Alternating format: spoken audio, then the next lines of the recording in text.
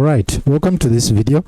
In the previous video, if you watch the previous video, we were looking at passing a sequence to a function, and in this case we are passing an array, as you can see in the main function 1, and in the main function 2 we modified the function by introducing slice, but we'll reach at that later. But the key point was that this function had some drawbacks, and one of them is it gets as argument a copy of the whole array. Like, it has to copy the entire array, and that requires significant time to transfer it. So it occupies a significant space in memory, and that is a performance issue.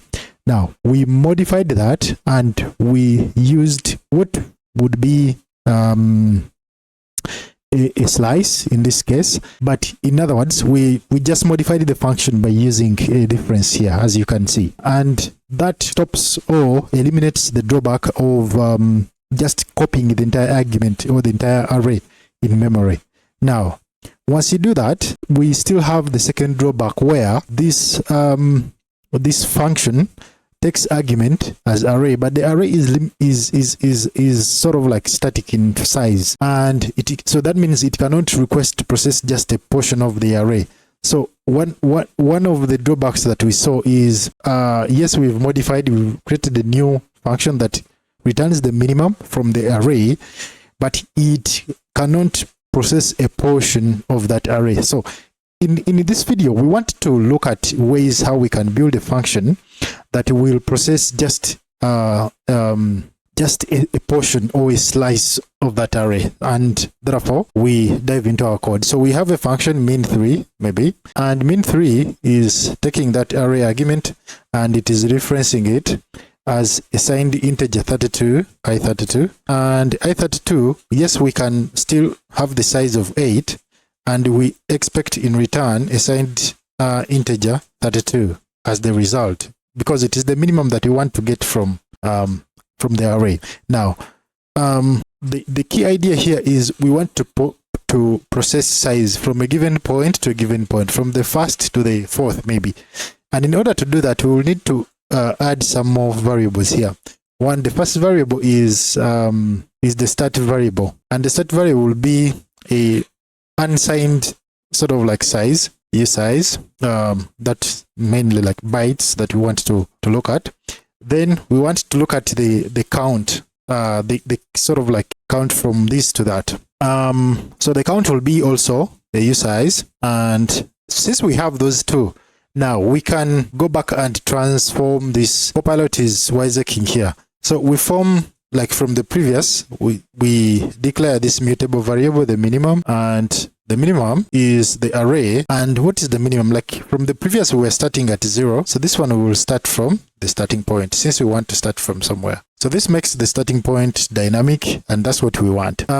So once we declare that, the minimum, we want to use a for loop and iterate through the portion that we want to iterate through.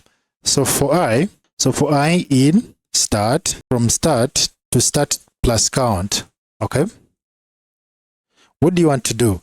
If you create an if statement, if the array element, we index that. So if any given element at any given iteration is less than the starting point, in this case, if I is 0, for example, so we are saying that for any given iteration, we want to compare what we are value the given element we are looking at in the array. Okay, any given element, you can demonstrate here 1, 3, 5, 9. Okay, I think I can. If we are at this first value, if this is the start, we want to say that if the start is this or the start is this, we want to compare this and that. So if the start is here, we want to compare maybe this. So is this less than that? That's basically what you want to do. So we want to say that the minimum, oh, we can't type today, what's happening, equals array I. So we equate the minimum takes on a new value, literally.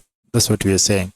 So get out of the for loop and get the minimum, and this function, we can get rid of this. And this function, we need to invoke it. If we come here and we print ln, and we have this, the minimum ln 3, 5, 2, 8, 1, 4, 7, 6, and we want to have the starting point at 2, 0, 1, 2 here, and we count 4 in front. So from here we want to get the minimum. We expect the minimum to be 1, but let's see. We call the terminal here, and rust c main dot rust.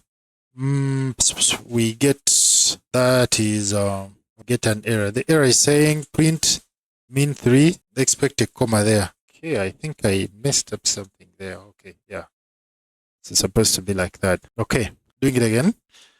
Rust c and calling main. Yes, we still get 1, as you can see.